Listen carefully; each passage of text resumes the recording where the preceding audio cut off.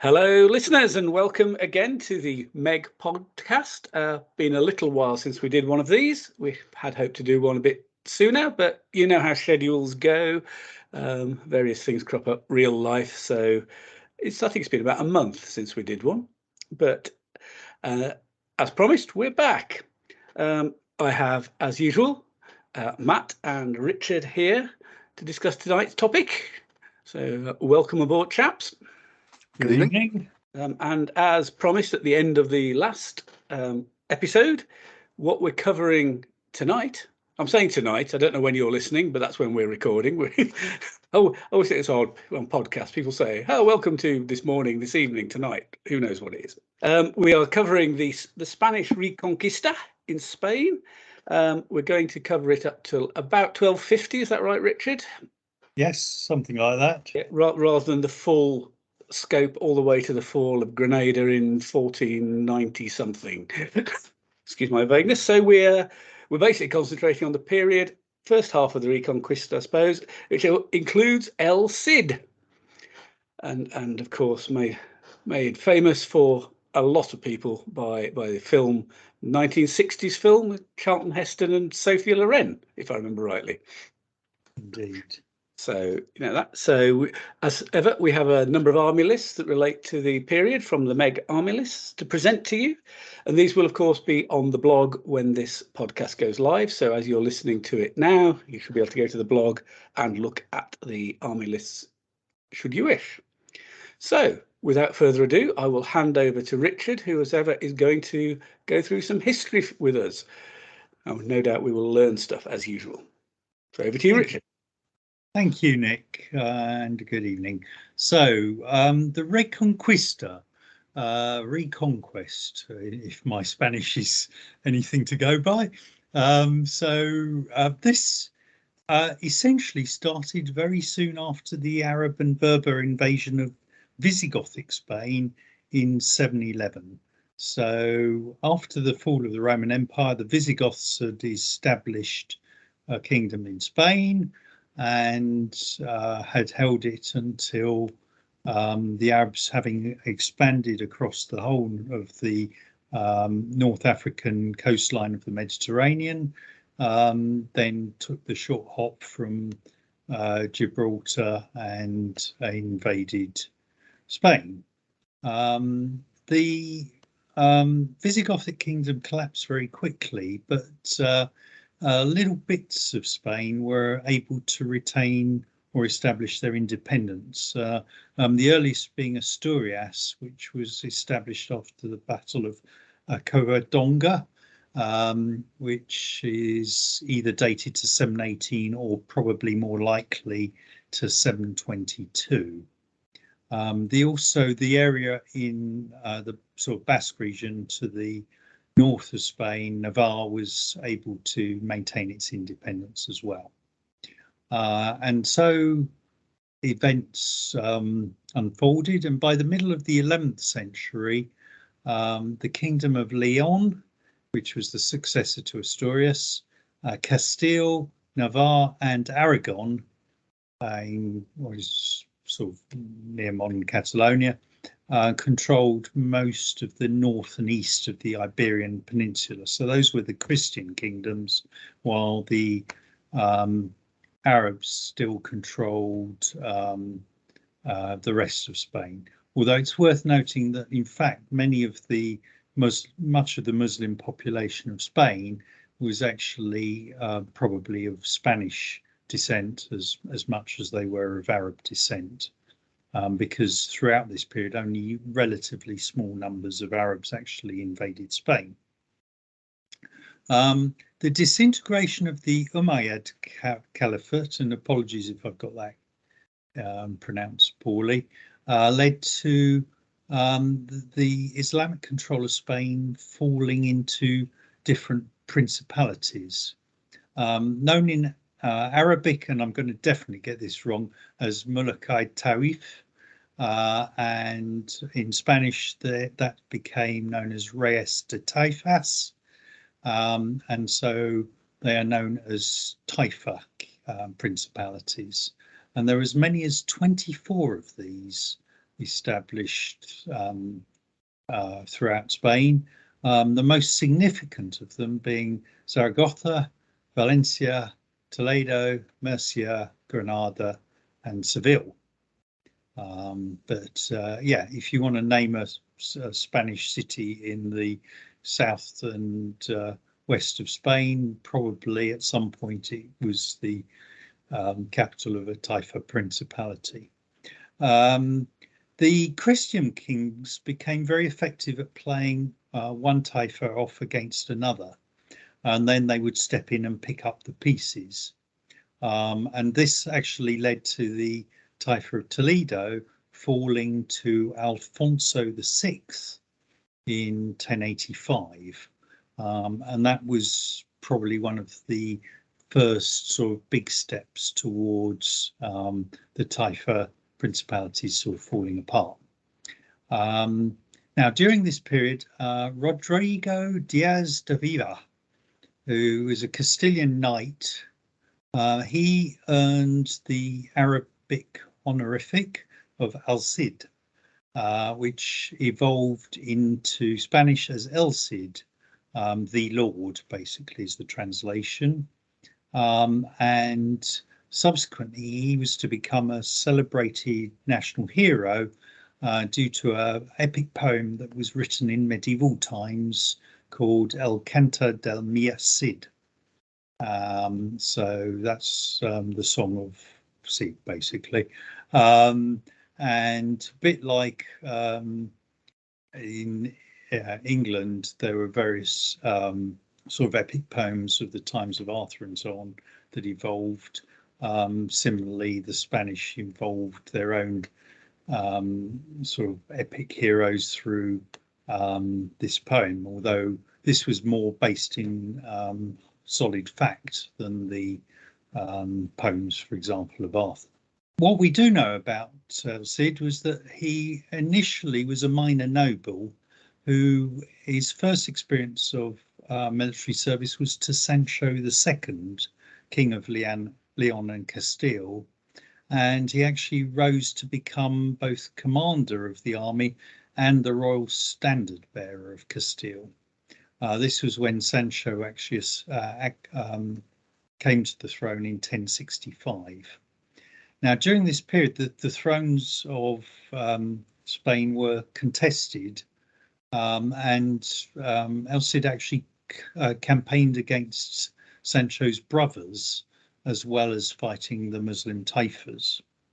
And this ended sort of in 1072 when Sancho was actually murdered, and Alfonso the Sixth actually became king. Now, this was a problem for de Vivar because he was suddenly found that his position within the kingdom was very tenuous because he had actually helped remove Alfonso from power sort of less than 10 years earlier. And in fact, in 1081, so 9 years after Sancho was murdered, he was actually exiled. And this is how he came to work for the Taifa of Zaragoza, who he actually defended from the Kingdom of Aragon. And this is probably where he won his reputation, achieving numerous victories against both Sancho Ramirez, who was King of Aragon, and also the Muslim rulers of Lerida and their Christian allies. And the thing you notice about this period is that the Muslims and Christians were quite happy to ally with each other if they could get one up against a rival kingdom or Taifa. So it was during this time that he acquired the honorific of Cid. Things sort of took a turn for change when in 1086 the Almoravids, who were Berbers from North Africa, invaded Spain on the invitation of some of the Taifas and inflicted a severe defeat on the Kingdom of Castile. And this actually compelled Alfonso to seek help from El Cid. So things have sort of gone a bit full circle by this time. and he gave command of about half the forces of Castile to El Cid, who operated almost independently and focused on taking the Taifa of Valencia.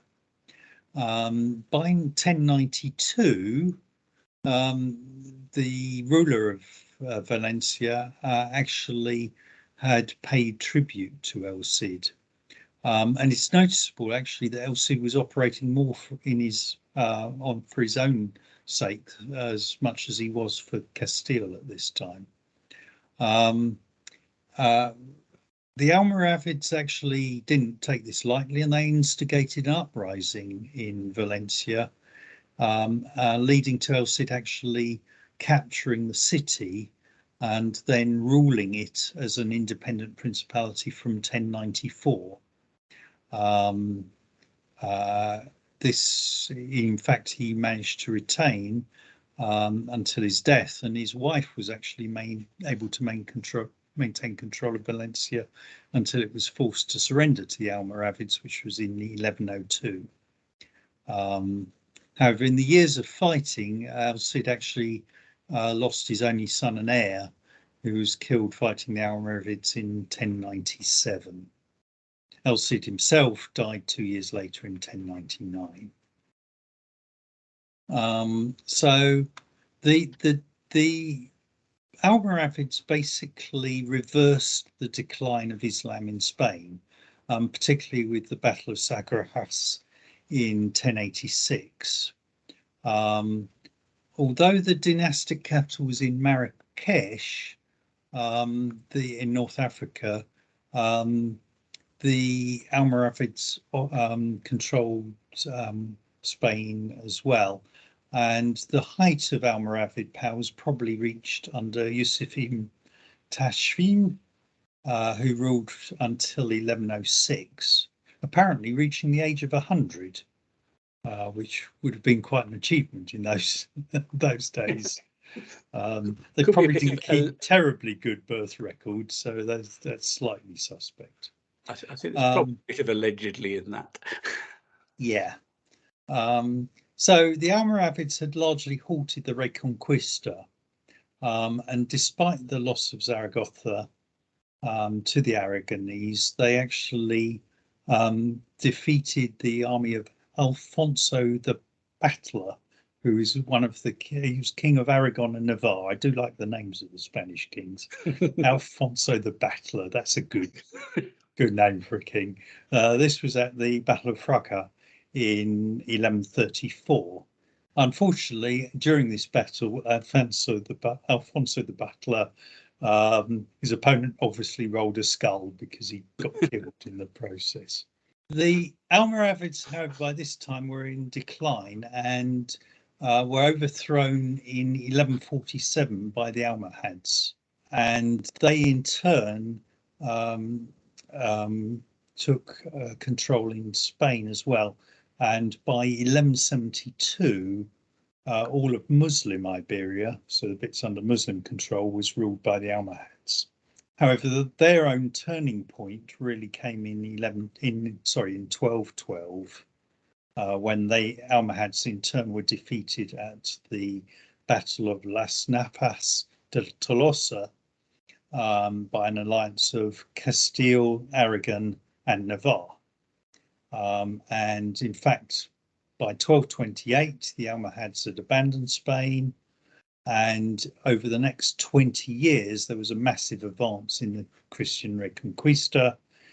Cordoba fell to the Christians in 1236, and crucially, Seville in 1248.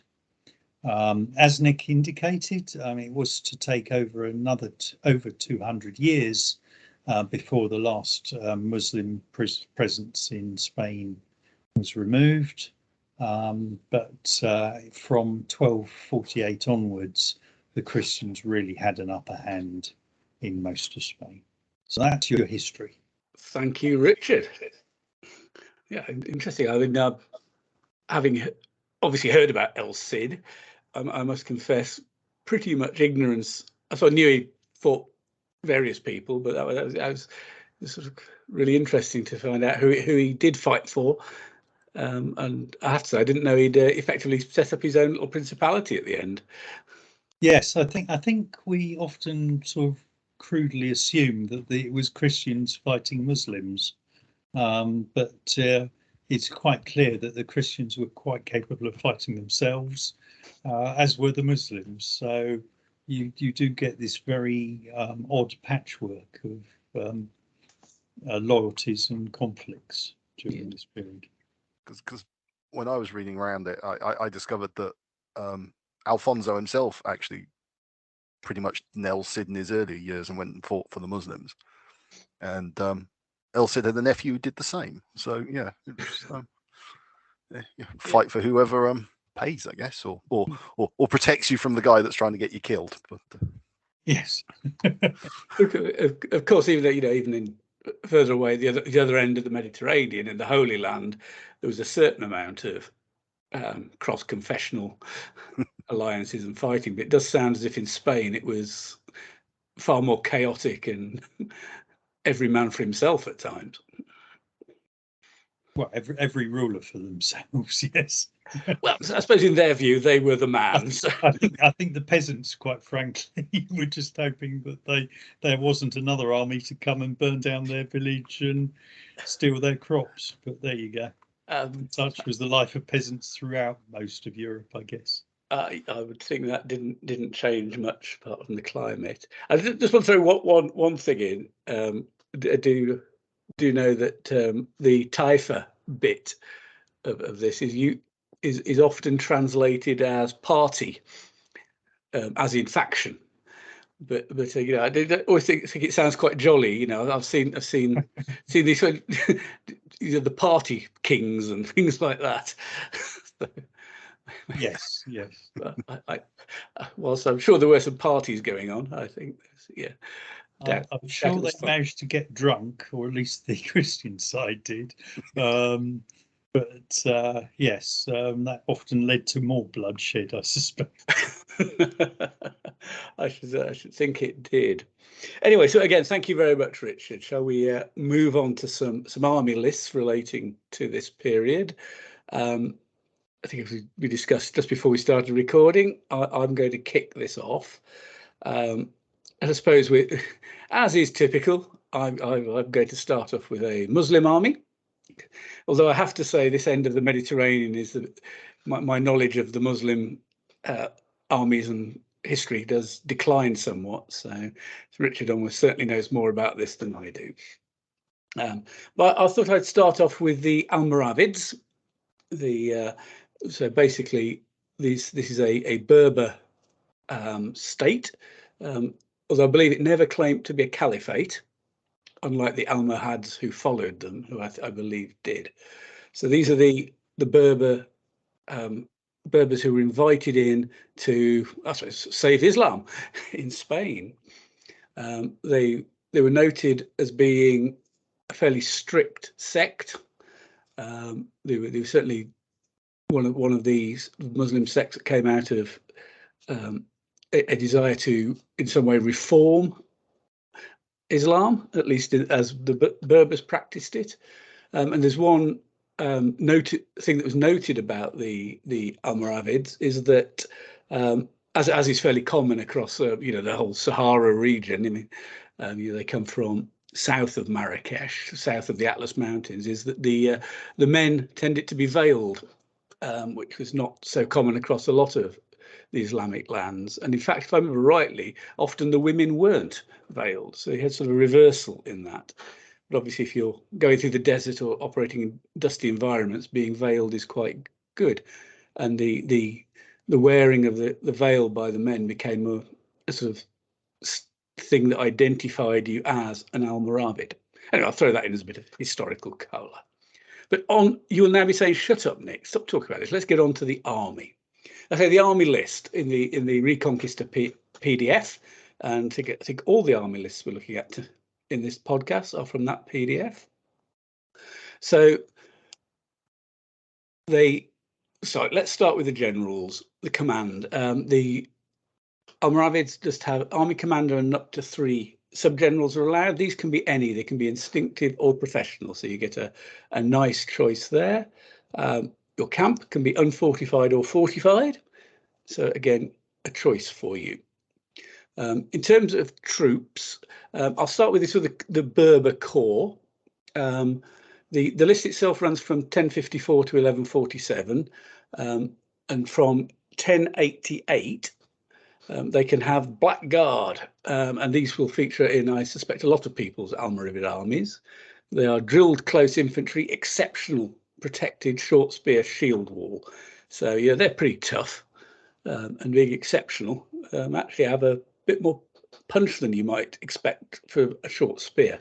You can have up to 8 bases of those, so basically a unit. Then you can have 0 to 18 bases of drill close infantry, superior protected long spear with optional integral shooter.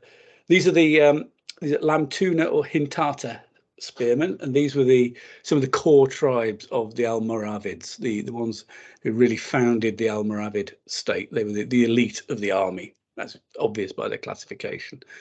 So obviously long spears, really quite tough, very unusual for these Muslim type spearmen. Whether you think the integral shooters is worthwhile, I'll leave that up to you.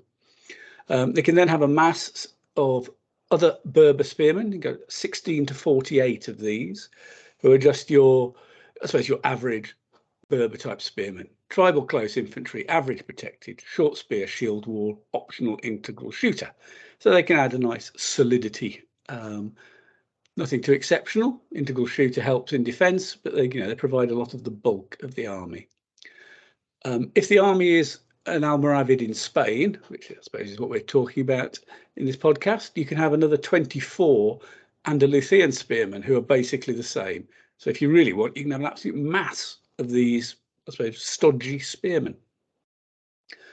So all those infantry, I think, I would say, are the real core of the army. There's some useful supporting troops, and a lot of these are popular with people who take Almoravid armies. You can have 0 to 6 Christian knights, although I should point out you can only have these in armies in Africa. Whilst the Almoravids recognise the effectiveness of Christian knights, Christian cavalry was obviously always considered dangerous by Muslims, they didn't want to use them in Spain where they felt they could be a liability. But if you're doing an army outside of Spain, you can have 0 to 6 bases of these, formed loose, superior protected, charging lancer melee expert. No devastating charger, which is fairly typical of a lot of the Spanish cavalry as they're classified in MeG. Makes them a bit different from, say, the French, who usually get devastating charger. You can also have 0 to 6 bases of Guz mercenaries. These are horse archers, they're Turks basically. Form flexible, average unprotected, experienced bow. You can also have an exotic 0 to 6 bases of camelry.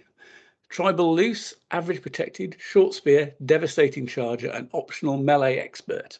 Although I would suggest if you're going to take them, why wouldn't you have the melee expert? So that adds a bit of mounted punch, bit exotic, camelry, a bit unusual, can have some advantages against cavalry. Other troops you can have some tribal unprotected experienced bow archers, tribal loose that is, and you also can have a good chunk of Andalusian or Berber cavalry, skirmisher cavalry, average unprotected, experienced javelin, optionally Cantabrian combat shy, 12 to 48 bases of those. So you can have quite a lot of shooting, and with the optional Cantabrian, if you get it right, it can be really effective. You can have enormous numbers of skirmishing Berber javelinmen, just infantry skirmishers, average unprotected, experienced javelin. Personally, not my favourite troop type. Could be used to bulk out, I suppose. You can have a few archers and slingers as well. So that's sort of the broad outline of the army. As I say, the army in Africa that can have the Christian knights, I think, is the one you would normally see on the table. But for the purposes of this podcast, keeping the spirit of the Reconquista, I've come up with a list Almoravid in Spain, so I can't have the Christian Knights. Just so that people can compare and contrast, I will put up a list that what I would call the more normal Almoravid that people take and has been used in competition, sometimes to good effect, sometimes not so good effect. But that will be on the blog. So if you want to look at that and see which one you think's the best. Anyway, for this army in Spain, I have gone for 4 competent generals. I have gone for the army commander as a professional general and the 3 subs as instinctive. Reason for going for the professional general, as people may or may not know, would be to get better PBS cards and an increase in your scouting, whilst at a reasonably cheap price. People might say, oh, why don't you take a talented instinctive? But you actually pay more and don't get the benefits on the PBS and scouting. But obviously you get an extra card. So pays your money, takes your choice. But I quite like this. It's maybe it's exploiting the point system a little bit, but I quite like it. So I've gone for a unit of the Guz mercenaries, the horse archers, form flexible, unprotected, experienced bow, 6 bases. I've gone for the full 6 bases of the cavalry as well. I have taken the melee expert. As I said, I don't see why you wouldn't if you're going to pick them. Even with the short spear, devs, charger and melee expert, they're only 121 points a base. That said, I've used them a couple of times and I've found out why they're only 121 points a base. Because for some reason, when I use them, they explode ignominiously whilst doing very little damage. Maybe that's just me. Maybe I don't know how to use them. Anyway, I think the thing to mention there is they are tribal loose, so they're not as manoeuvrable as the formed cavalry you tend to see in other armies. That is very true. It does help if you can point them in the right direction, especially if you need to double move, because for tribal troops, a double move is only straight ahead. So, and if obviously you're fighting against them, you can exploit that. So perhaps my opponents have exploited that, and I've just gone, what do you mean they can only go straight ahead at this point? So there we are. Anyway, I've gone for the Black Guard. My army's after 1088. So I've gone for the full 8 bases there, 8 bases of the exceptionals. I've gone for 2 8s of the Lamb Tuna, superior protected long spear. I've not bothered with the integral shooters for those. I think they're tough enough anyway. A lot of the time it's quite possible. I think you actually want to charge them. So charge with them, sorry. So the integral shooter will be pointless at that point because they only count if you're being charged. 2 units of the Berber Spearmen, also 8 bases each. These I have gone with the integral shooters. I see these as more defensive. So they're to act as a bit of stodge. And then I've gone for just 2 units of Berber archers, tribal loose, poor unprotected, experienced bow, combat shy. They're there to both get the army up to 9 tugs for a break of 5.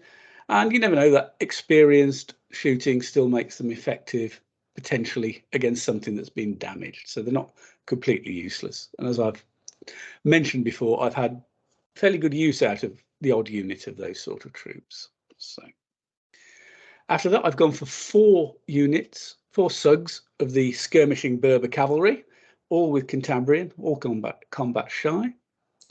I've gone for a 6 base unit of skirmishing archers, average unprotected experienced bow, and also a 6 base unit of slingers. Again, average unprotected experienced sling, combat shy. So it's 6 sugs.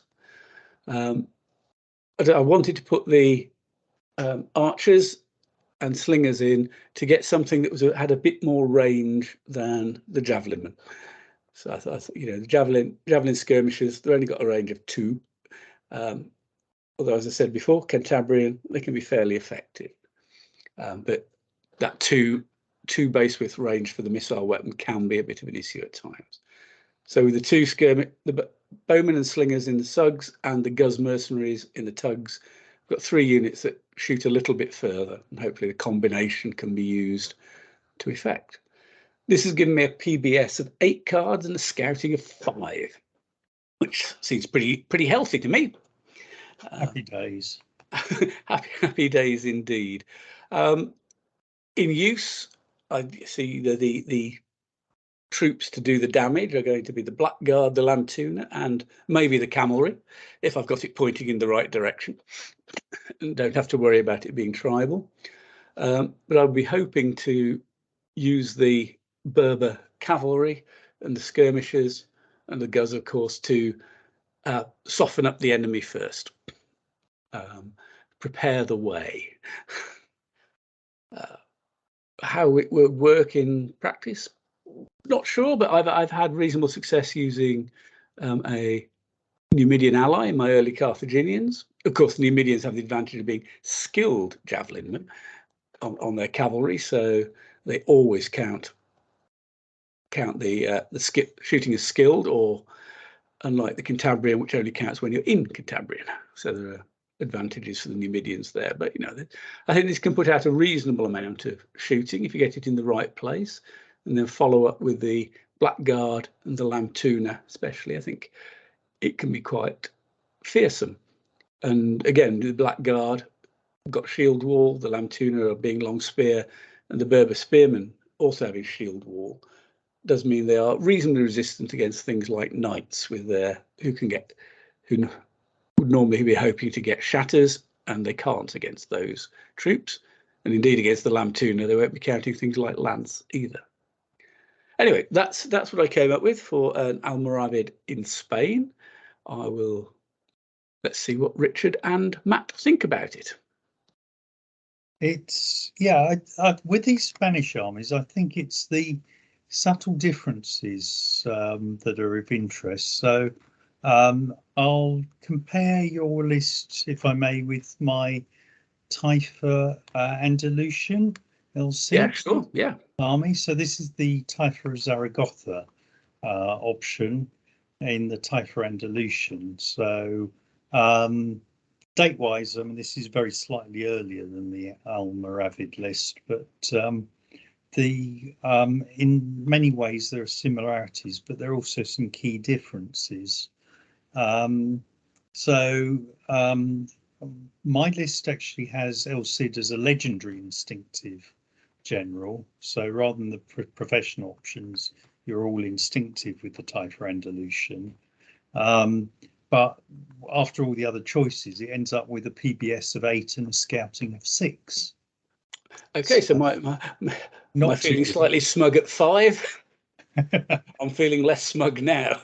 Damn that El Cid. The army of Cid has only 7 tugs. So there you can feel a bit more smug. And certainly in the quality of the infantry, it doesn't compete because it has 3 units of 8 spearmen, short spear, shield wall, tribal close, average protected, and in fact only one of those has integral shooters. It gets 2 units of Arab cavalry, so they are form loose, average protected, long spear. And I have to say, in my experience, they are complete stars. I love those cavalry. They're one of my favourite troop types, Richard. I think they're really good value for money if you use them well. Yeah. Well, I find they're needed to support the Berber cavalry, which I'll come on to. The following unit is the Christian Knights. So unlike the Almoravids, the Taifa Andalusian of El Cid gets the Christian Knights. So these are drilled loose, superior, protected, charging lancer, melee expert. They ought to be brilliant. My experience is that they seem to die horribly when I command them. So I don't know what I'm doing wrong. Just my experience. Most recently, I think at Ice and Fire. And then in fact, I've got a 4th unit of tribal loose this time, average protected, short spear. So they're a sort of token help hold a piece of rough type, but preferably on a hill because they're usually going to get outnumbered and struggle, in my experience, unless it's a very small piece of terrain. In terms of the skirmishers, I've got 5 units of Berber cavalry, Cantabrian, combat shy. So I outmatch you there. I also have a unit of what I called Andalusian cavalry, which are the same but without Cantabrian or the combat shy. And one unit of horse archers who are skirmisher average, unprotected experienced bow, Cantabrian, combat shy. So yeah, not too dissimilar, but those sort of subtle differences, and it all comes down to you pays your money and you takes your choice, I think. But it's yeah, many similarities, just a few differences in the two lists. Indeed. Matt, could we perhaps bring you in here, as Richard and I have expanded our lists, and you can cast your independent eye across both of them and compare and contrast. Okay. Just putting you on the spot, mate. Yeah, no, it's absolutely fine. I feel like an interview, and I haven't prepared questions. That's all my interviews. I don't know how I you could It's call an them army. Murabits, if you like. Murabits. Yeah, I can go with Murabits. That's much more flavorful. It's one of those armies I really like, but I'm not sure I'd have much fun playing, to be honest. I can see its strengths in that, having not used it, I'm going to assume you actually are very aggressive with the superior and the exceptional spears, and basically you punch those into somebody's face whilst the Berber spearmen support them, and you knacker up people with the javelin cavalry. All in all, I like it as a list. It's really quite nicely. And I almost have to say that I know you said that the Christian Knights one in Africa is probably the more popular, but I don't know. There's something about those camels. Maybe I'm in the same boat that you are, that you think they should do really horrible things. Yeah. Well, if you take if you go for an army in Africa, you can have the camels as well. See, so I think that's one of the attractions of the in Africa option. You have sort of two mounted punch units that can shatter things. Sorry if I gave the wrong impression. It's not. No, it was probably my misunderstanding, but that makes much more sense. Okay, I can see, but I guess you compromise on the spears then.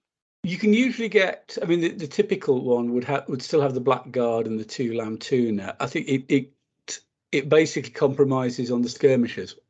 Okay. I mean, most people, I think, just field it with 2 units of Berber skirmishing cavalry. Okay.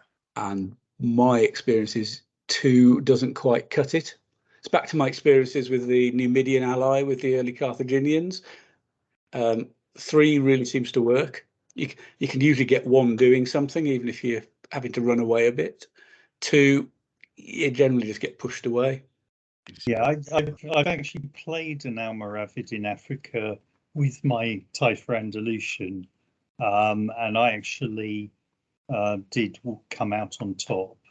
The thing I found was that you could predict where the lamb tuna and blackguard, they have to be aggressive, and with your superior number of skirmishers, you can actually take out the other units and sort of sacrifice a couple of units to keep the lamb tuna and blackguard busy. Yeah. And that was how I actually won with the Andalusian against the Almoravid in Africa. Yeah, I mean, I played against the Almoravid. I've not used it in competition, but I have used it in friendly games. And I came to the conclusion it's certainly in Africa combination, it's less than the sum of its parts, bizarrely.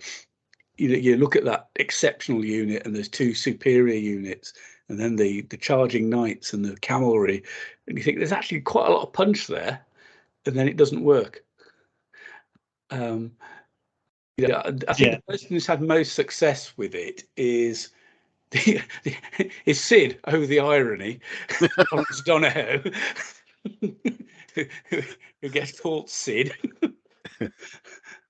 Majesty is the person I think had most success with it. I mean, obviously Sid's a really good player, but it's almost one of those, put any army in his hands and he's got a good chance of doing well. But I think it does show that the fact that most other people don't do as well means that despite having those really good headline units that you think, wow, you don't get value out of them, which does annoy me slightly because I went and painted them up. So I've got a unit of Blackguard and 2 units of Lamb Tuna. Yeah, but they're Well. pretty. They're pretty, Nick. Oh, I'm sure I'll find some useful. I you know, it doesn't stop me using them in friendly games. Sorry. Anyway, Matt, I've started rabbiting on again when we invited you to comment. I don't know if you've got any more comments. Well, no, I mean, I merely drew out what you thought. You see, in a classic interviewing technique there. Dropped in a couple of questions and let you go.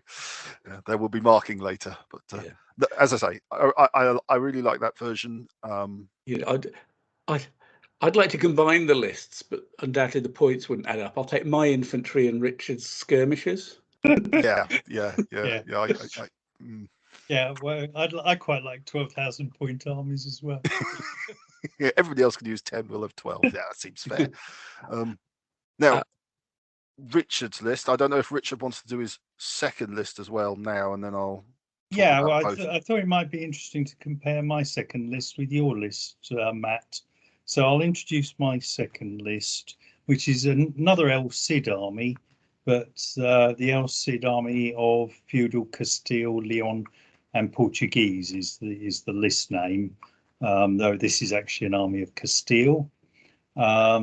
So its command structure is a talented instinctive this time for El Cid, with 3 competent instinctive subgenerals. It has 11 tugs. 4 of them are knights, cavalry, form loose, superior protected, charging lancer, melee expert. 2 6s and 2 4s. The 6s are very solid. The 4s you have to use with a bit more caution because then they're not so sturdy. But the reason for having the mixture is I seem to like to try and get the most out of them. Of course, usually I get it the wrong way round, so the 4s die horribly and the 6s aren't where I want them to be.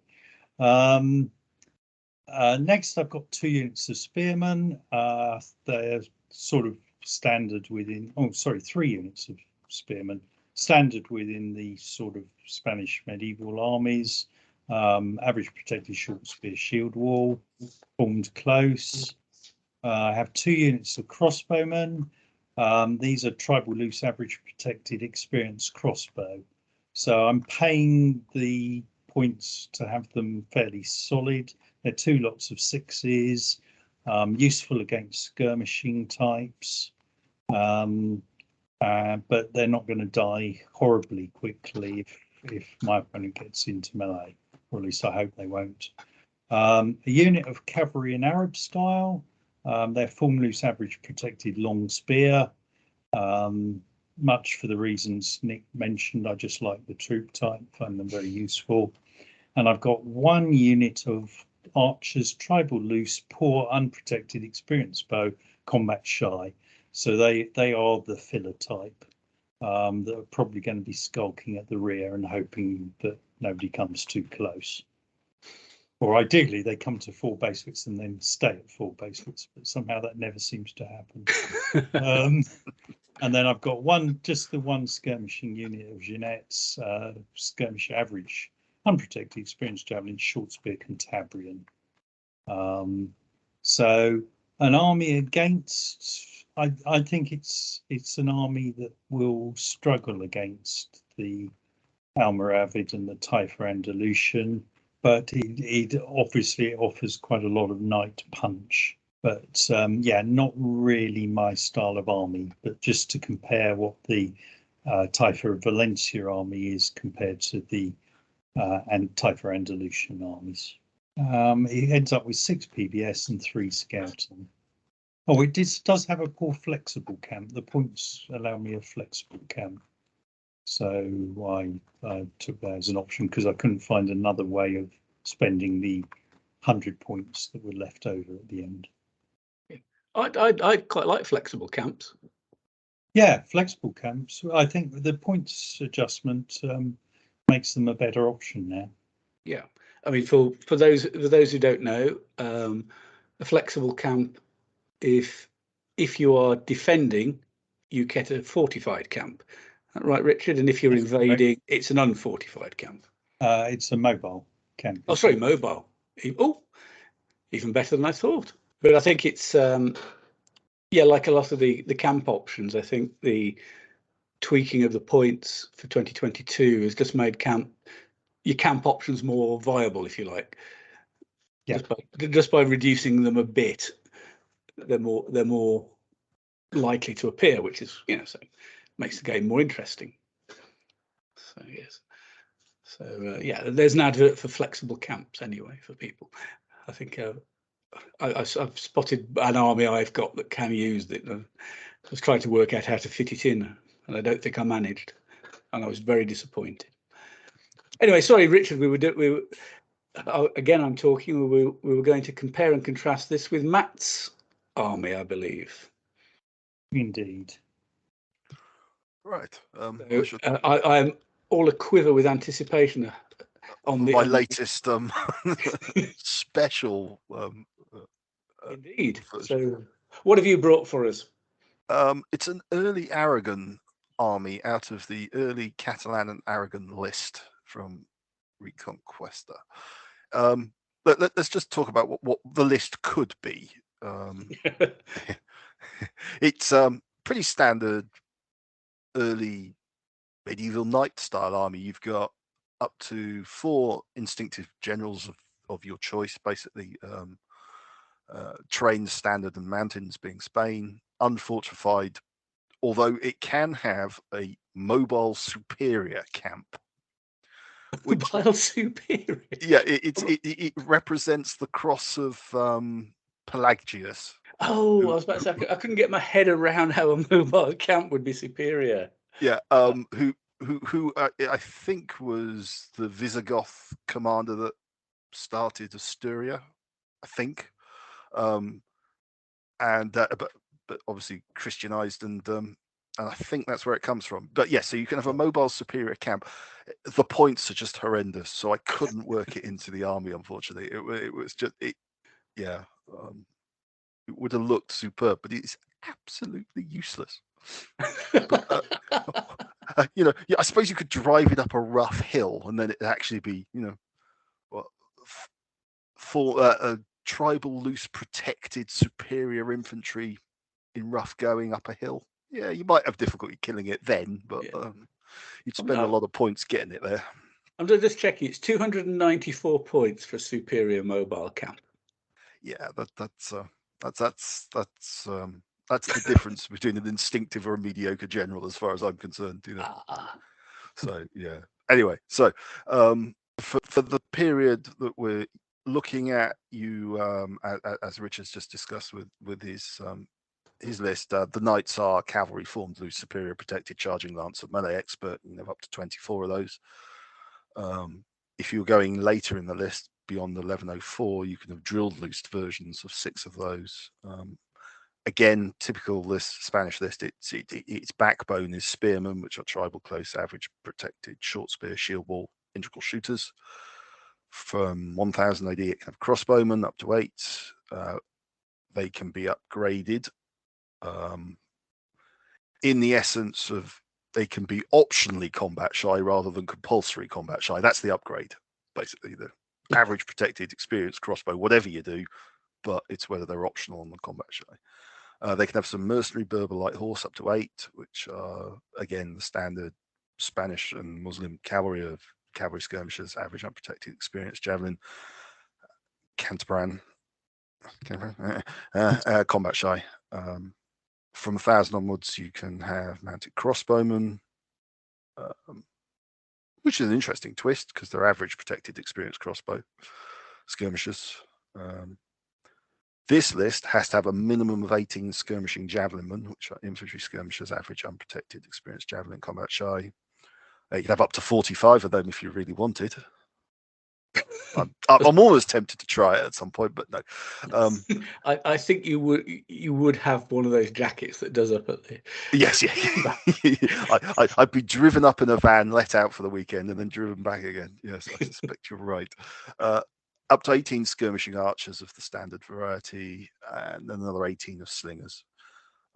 It's got some interesting allies. It can have an Andalusian ally in 1010, a Taifa ally between 1031 and 1100, and oddly, and I meant to look it up beforehand, but I didn't, it can have a Pisan ally from the early communal Italian lists from 1113 to 1115. So I'm guessing there was some interconnection in the middle of the Med somewhere. But yeah, who knows? But I didn't have a chance to look it up. So that's the generic list as it stands. My obvious thought was it probably does the standard Massa spearmen with supporting knights quite well. I also felt that was fairly dull as dishwater, and you can do that better with a lot of other armies. First Crusader comes to mind for that kind of thing. So I went on a bit of a history journey, and then I noticed that Richard covered it earlier, that King Sancho Ramirez of Aragon had a bit of a hissy fit with El Cid whilst he was working for the Zaragozans, and fought a series of battles which he conclusively lost. Although there is one medieval Spanish historian that claims he did have a roaring victory at one point, but nobody else mentions it, and it turns out he was quite closely related, I think, to one of the Sancho Ramirez family. But anyway, so what I went with was historically based in the sense that it was based around a specific army in a specific battle, and it was the Battle of Morella in 1084, probably. It might have been slightly later, but the general accepted date is 1084. And so you have King Sancho Ramirez as the army commander, and I went talented and instinctive. My instinct was to make him legendary, but I thought as he was fighting El Cid, that would be possibly pushing the envelope a bit.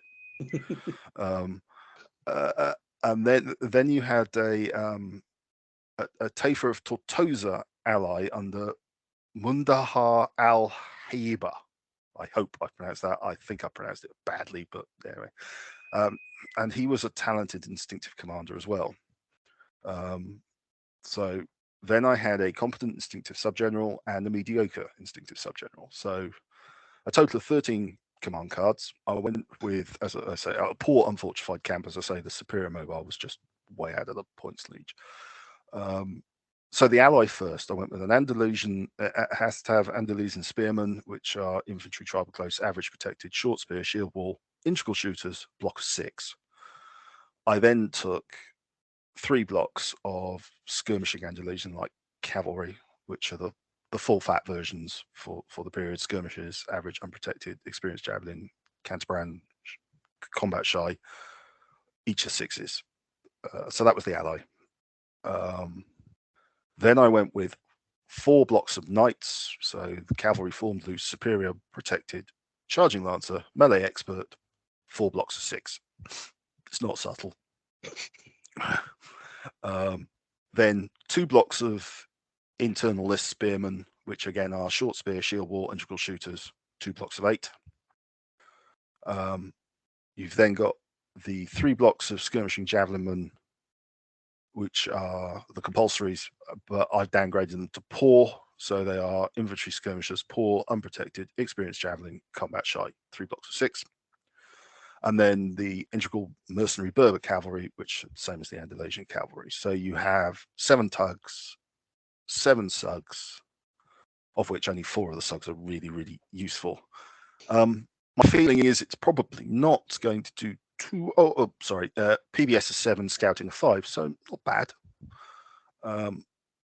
In normal circumstances, I'd expect that to be quite competitive, but as Nick's and Richard's armies have both shown, from that they outclass it on both sides. But basic plan: the short spear are going to form a defensive wall, possibly in the center or to the left of center, and I'm actually thinking that I would probably put all 24 knights in a very big block, 3 deep, and run the skirmishers on either side of them, and just try and smash a flank, basically, and see who gets there first, basically. I'm open to a conversation on this one. As I say, it's a bit special. So, yeah. So perhaps it's my turn to compare and contrast to start off with. I like the 4 blocks of knights in yours, Matt. I mean, I think as Richard sort of alluded to, he's got 2 6s and 2 4s. I always worry about 4s of fighting troops. I know I say it a lot. Richard did suggest that maybe they end up the wrong way around, and you end up fighting with the 4s and the 6s looking for opponents. And maybe it's just me. You've got, your army has more of the skirmishing cavalry. Richard's, on the other hand, has 11 tugs, so it's more resistant in that respect. So the pros and cons, as often with these things. What's your style? The early Aragonese, I suspect, won't die wondering. I think your approach, throw the knights in, maybe preparing the way somewhat with your Andalusian cavalry, and if that doesn't work, well, if it doesn't work, your army's broken, isn't it? Lose for all the knights, the army's broken. I'm hoping in the process of losing all 4 knights, I've actually gained myself at least 8 points. So, Richard certainly is more in for able to, I think, to go in for the long haul. I'm not sure which one I'd choose, I have to say. I'm almost tempted to go with Richard's if I had to choose between them, because it's got a 6 of the Arab-style cavalry. And as already indicated, I think they're good troops as well. So I love them as well. I have to, if I could have them in that list, I'd have taken them, but it just, yeah. It's I think possibly a good mind is my worry of yours is that you got your 4 high impact units, but if they all go down, that's it. I agree. On the other hand, if the bar's open, it is. Maybe Richard can give us some more considered opinion than I'll get to the bar quickly. It's a Britcon army almost. It's got that kind of, after the 3rd game, I just want it over and done with. So yes. I think I'd probably be quite happy to take it on. I think the scouting, who wins the scouting and deploys second, probably has the edge, would be my gut feel. So I might be in trouble from that, because I've only got the 3 scouting, and yours, Matt, has 5. 5. So because you might then be able to pick. So I've probably got to deploy slightly defensively. So I think I'd have to use the combination of knights and spearmen quite carefully. So I'm probably giving up a bit of the initiative. I kind of worked on the list that once people know what's in it, as you've just done, you start to think cautiously in your deployment, which is fine. But when you split it up, you've got 24 knights out there, and actually I could send all 4 of the effectively skilled javelin shooters forward, and then you've got to, it becomes a bit more nip and tuck. It looks like a brute force weapon, but it actually has some subtlety to it, I think. But it's also incredibly brittle, so it is a glass hammer. I think a game between them could be quite interesting. It would be, as Rich has intimated. Yeah, it'd be a game I'd like to try and play at some point. To be fair, if I lose, I can claim it's because Elcid won the original, so it's fine. Yeah, always a good thing. Pick armies that lost in history, because if you lose, it's just Meg's brilliant at recreating history, and if you win, you're obviously a brilliant general. Of course. Having just looked at these 2 armies, and in fact the 2 we've already talked about, the Almoravid and Taifa, I was wondering if it worth just thinking about and discussing for the benefit of our listeners a couple of the troop types in there, which are common to them, and how they get used. I mean, one I think of is the spearman. You know, there's an awful lot of tribal close, average protected, short spear, shield wall, optional integral shooters here. Obviously tribal, not very nippy, not very nimble. They are somewhat stodge. They are cheap, which helps.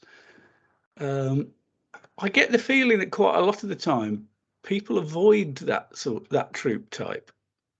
Now, am I right or wrong in this? And I think you're probably right.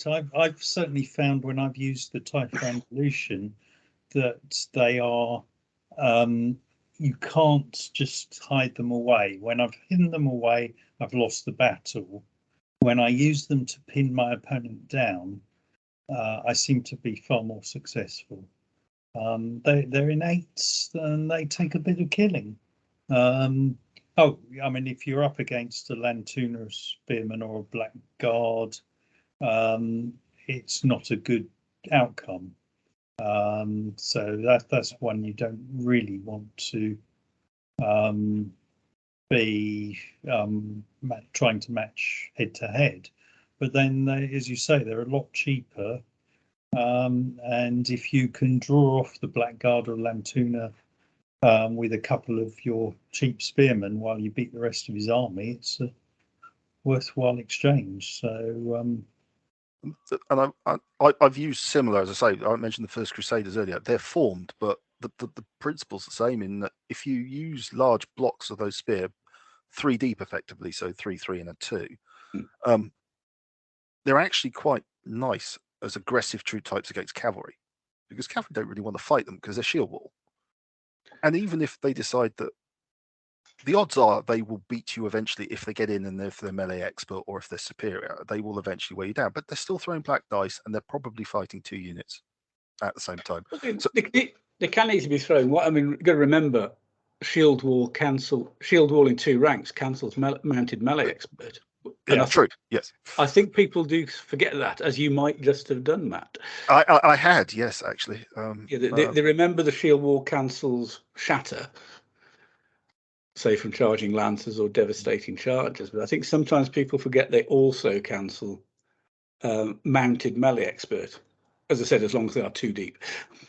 Yeah, which if you're fighting in a 3, you all right. Sod's law with me is I always lose the 2 deep one. I always lose that back rank, but you know. But yeah.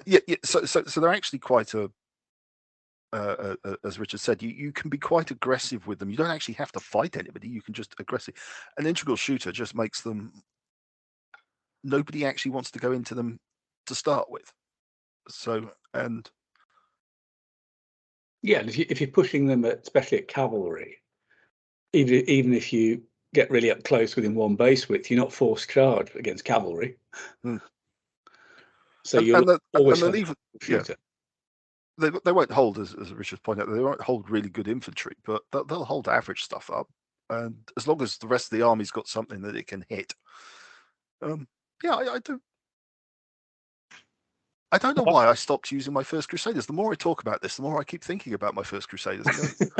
Actually, I've certainly used the skirmishing cavalry, the Andalusian cavalry, to weaken opponents, and then by the time they get in against my spearmen have the edge. So that was sort of quite a crucial plan behind how I used the Typha Andalusian.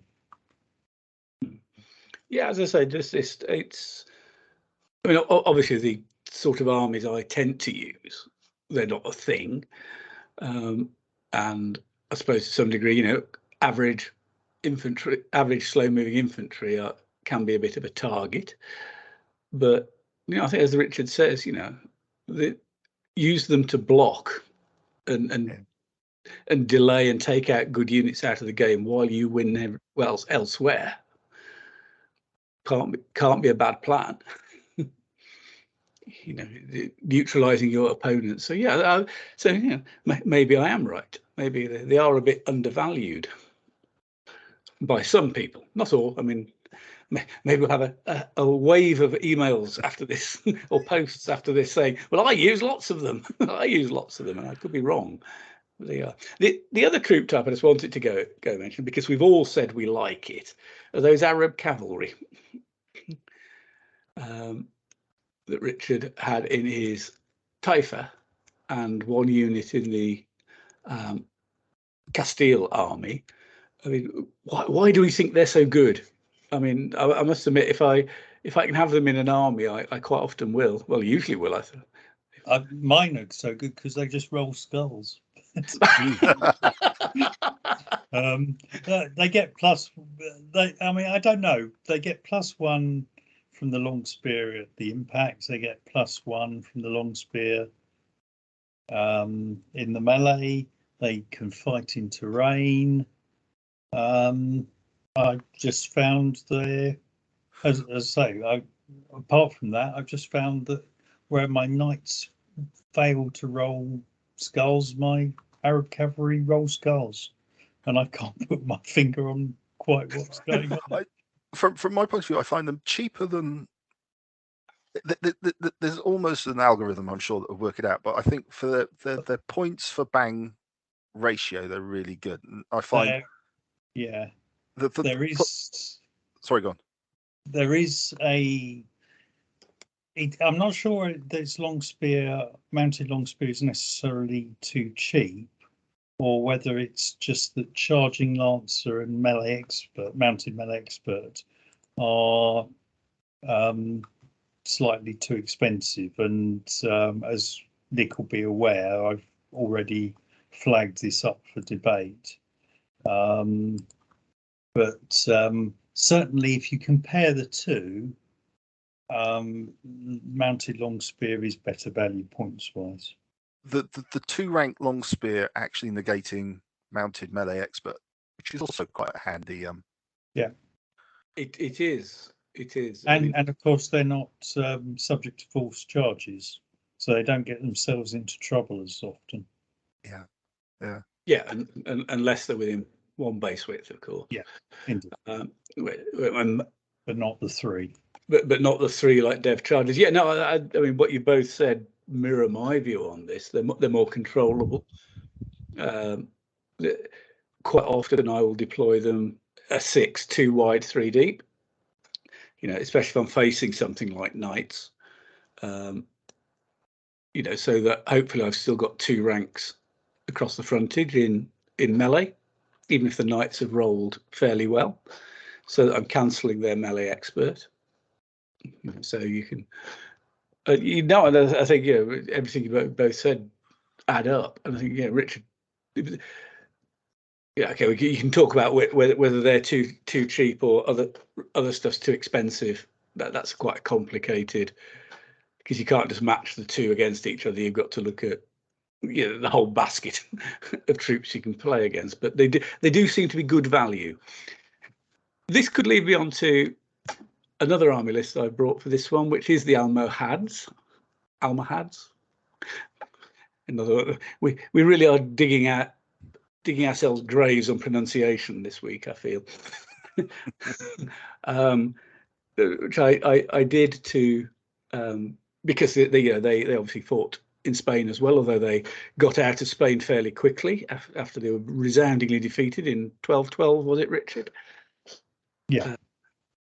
So, and again, for the listeners, I'm only going to talk about one list, but I've done 2, because I did an Almohad version of the Almoravid I talked about earlier, quite similar, quite a lot of skirmishes, and then a different version, which I'll talk about here.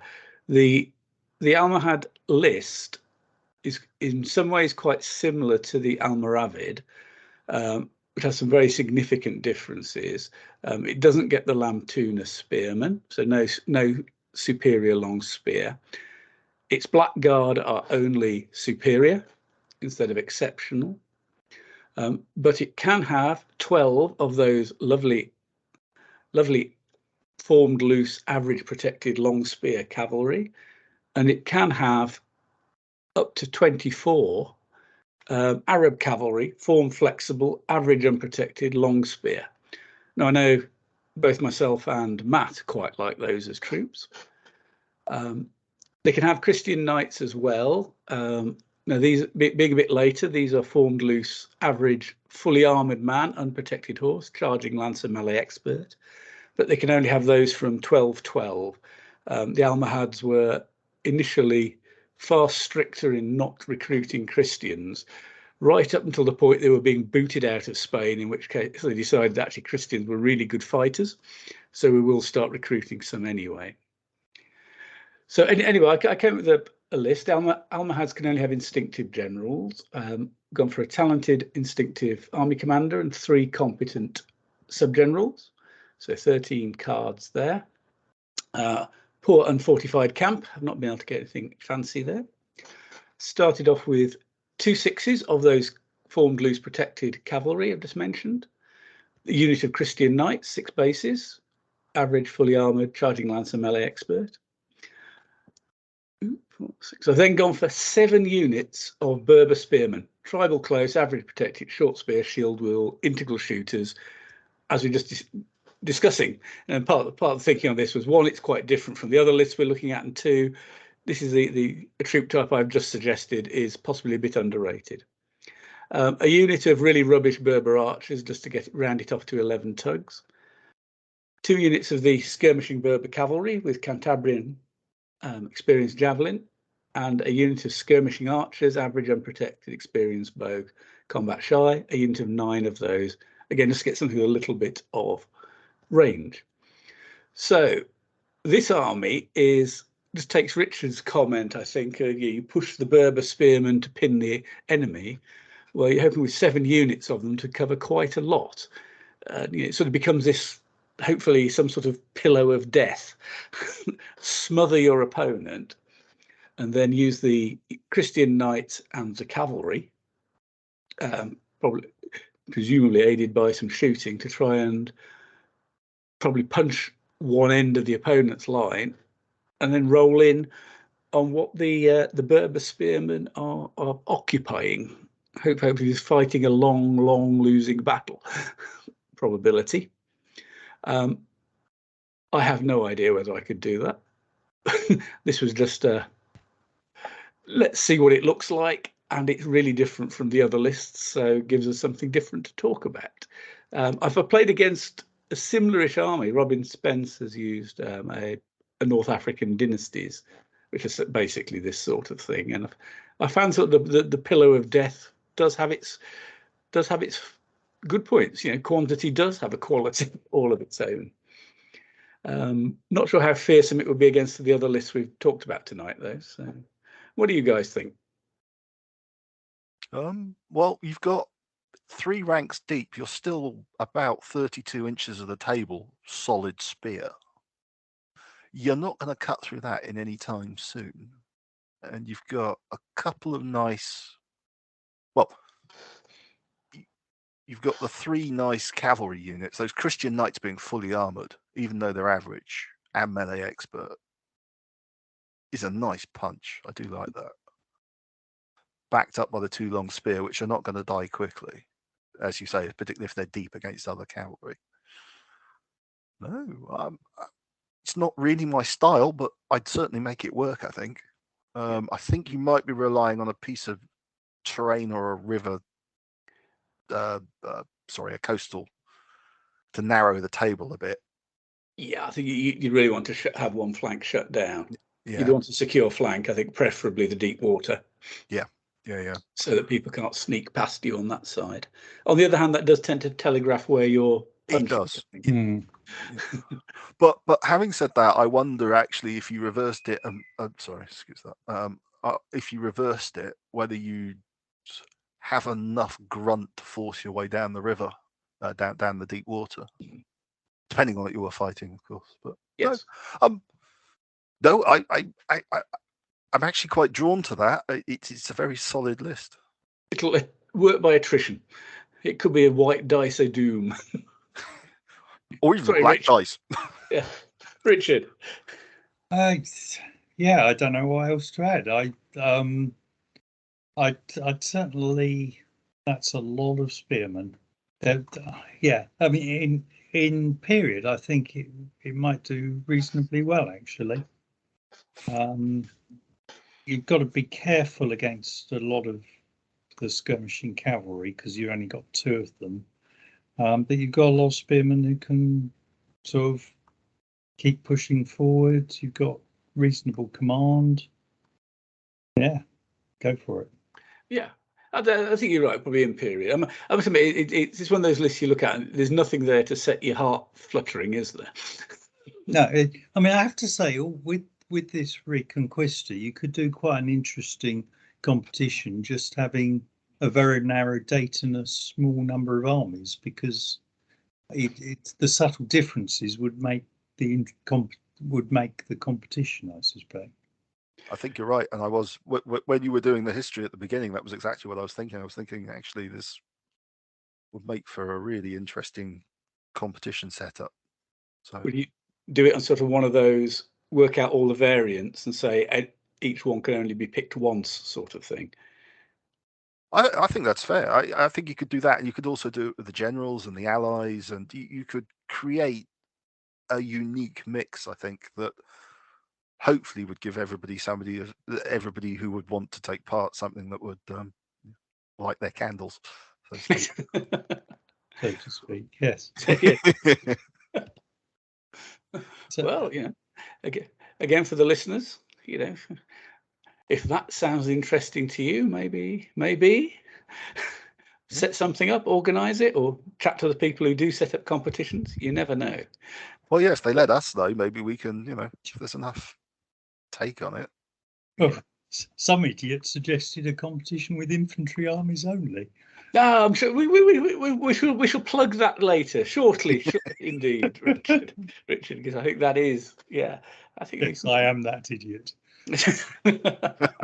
So yes, unfortunately, none of the armies we've looked at tonight would fall into that category. No. Anyway, perhaps this is a time to think of moving on. I just want to ask Richard one more thing, because I know, as he's already mentioned during the Taifa Andalusian he presented tonight, he did use at Ice and Fire last year. It is last year. Yes, it is. My concept of time has gone completely. Something about the 2 years of COVID has thrown me completely. So just overall, how did it do you think? And that was basically a Muslim versus Christian theme competition. So presumably you fought 4 Christian armies. I thoroughly enjoyed the competition. I think overall I came my usual about a third of the way down the table, but it worked when, as I say, the thing I learnt is you have to commit all the tugs to the battle. You can't hide some of them away. And the game I lost in particular, I remember, was when I think it was against a sort of Norman army, and I lost my nerve and ended up with 3 of my spearmen units never really getting into the battle, and I just got pushed. And my skirmishing cavalry got bullied.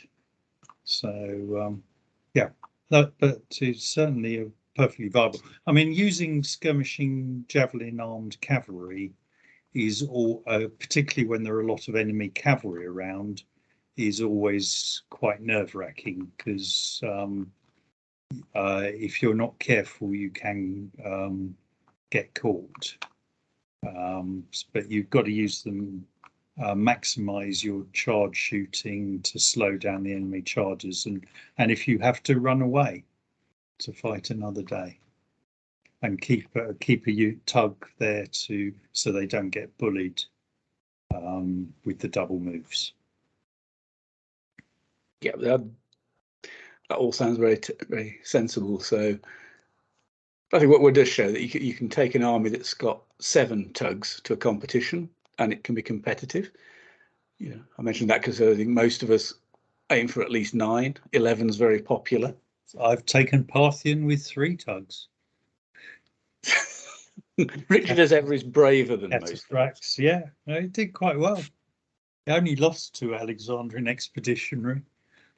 the dreaded Alexandrian expeditionary. So, yeah, well, it's a way of doing it. Okay. Well, I think since Richard's already mentioned it, we ought to mention the next competition that's on the horizon for MeG. At least I can't think of anything between now and then. It's 20-something of May. 20th and 21st, is that the weekend? Let So- me just check a calendar. And no, it's 21st and 22nd of May. Yeah. Battlefield Hobbies in Daventry. Tickets are available. They are. The links on the forum in the tournament section, no doubt. So I'll let Richard explain the theme he's already hinted at. So the theme is quite simple: armies that only contain infantry. So any army that has compulsory cavalry cannot partake in this competition. And armies that have optional cavalry can't take the cavalry. So you're left with your infantry types. So it is permitted if the cavalry can be entirely replaced by infantry, for example, early Tibetan, I believe it is, then that's a valid choice. Yeah, it sounded, initial reaction may be that it sounds a bit dull. I was going to go with pedestrian, but you know. It's fine. Dull is not. But in fact, if you weren't recording, I'd throw you off for that. But yes, as it happens, there's quite a lot of interesting different matchups. Do you go for the Dev Charger across the board? There are armies like Spartan. There are Vikings. Mass shield wall types as the Vikings and the integral shooters, yeah. as we were just discussing, in fact. Yeah, there's a good range of possible candidates, as well as, of course, your good old-fashioned Roman legionaries. I think at least Republican Rome, late Republican, one of them doesn't have any cavalry. Late Republican has no cavalry. I think Sertorian can do is an option without cavalry as well. Yeah, but certainly the late Republican has. You could turn up with Caesar's 10th Legion, exceptional impact weapon melee expert. Yeah, you could fight 300 Spartans and yeah, I think only on evens. Yeah. It's awesome. Yeah, I think what you just said there about the initial reaction, it's certainly that was my initial reaction. I think, oh, that's a bit dull, especially as somebody who likes these cavalry armies. And then you start looking, and you sort of get. I found there's a bit of a challenge. What can I do with the figures I've got? And then, there's that. Hang on, I can do a bit more than I think I can, and there's enough there is more difference, and it's noticeable as we get closer to the competition. There's been more and more chatter about just what can be taken, or just how insane you could possibly be. And indeed, there is going to be an award for the person who takes the daftest army. I mean, despite my crack about pedestrian, as Nick said, the more I've thought about it, the more I've thought, that has the opportunity for some really interesting mixes and army types. At the moment, I can't make it. I'm hoping I'll get a pass from work and maybe I can grab a late slot, but I really hope so. Basically, because I have a list of armies I want to take, but I know I'm going to end up bringing Aztec. Whatever it is, it's going to be Aztec, I suspect. got these 5 really possibly effective lists, but you'll take Aztec anyway. Yeah, exactly. It should look beautiful, Matt. Yeah, it's Gladiator Games figures as well. So as you can imagine, they're nice and chunky, and they paint up really well. So and it's been sat in a box for 2 years, so it needs to come out. My problem is I've got at least 3 armies that I want to get out of the box and use. I have threatened if there are odd numbers, I'll actually bring 2 and fight 2 battles at the same time. But perhaps as organizer, you can just give yourself a dispensation to fight with a different army every round. Now that would be fun. Yeah. Well, we've had little competitions like that before, but Yeah, that becomes hard work. yes, you move from one to the other. That's all Anyway, I suppose it would be. for the listeners out there, the bottom line here is it's almost certainly a lot more interesting and fun than it appears at first glance. There's a real challenge in going and finding lists that qualify. You know, although it would be really would be an insane one to take. For instance, I did spot that you can actually take Timurid as holy infantry. Early Lithuanian can do the same. Yeah, exactly. Yeah, is that a bit Richard just said about if you can replace the cavalry with infantry? Just having dismountable doesn't cut it yet. We have to have a line in the list that says you replace it. Tickets are available. Dismountable, but tickets are available. And it's at Daventry at Battlefield Hobbies, who are always excellent hosts. Absolutely. Yep. And you won't be judged for whatever you bring. And well, except as a prize, so you probably will be judged. So. Well, you will be judged, and the more insane, the better. The more chances you have of winning that prize. So, which I assume is completely at your whim, Richard. Absolutely. What that one is there's three prizes. There's the Bravery Award for the person who takes the daftest army. There's the winner, an award for the winner, and then there's the Sloggers Award. Which Richard is not explaining what it's for. We have to guess, do we? The person who slogs the most, yeah. All right. So we shall find out what that goes. So hopefully we'll see a number of you there. Obviously, people who've already entered will see you there. Hopefully, there'll be some other people now motivated. Okay, chaps, I think pictures of the trophies are on Facebook. There you are. You'll see what you could possibly win. Okay, I think we have come to a natural end on this. So hopefully people have learned a bit of history from Richard, learnt something from our army lists. What that is, who knows? And have learnt that there's a really interesting competition coming up in about a month's time.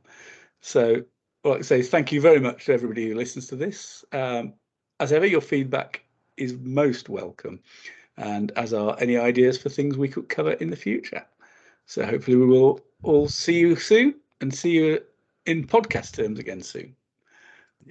Thank you. And cheerio.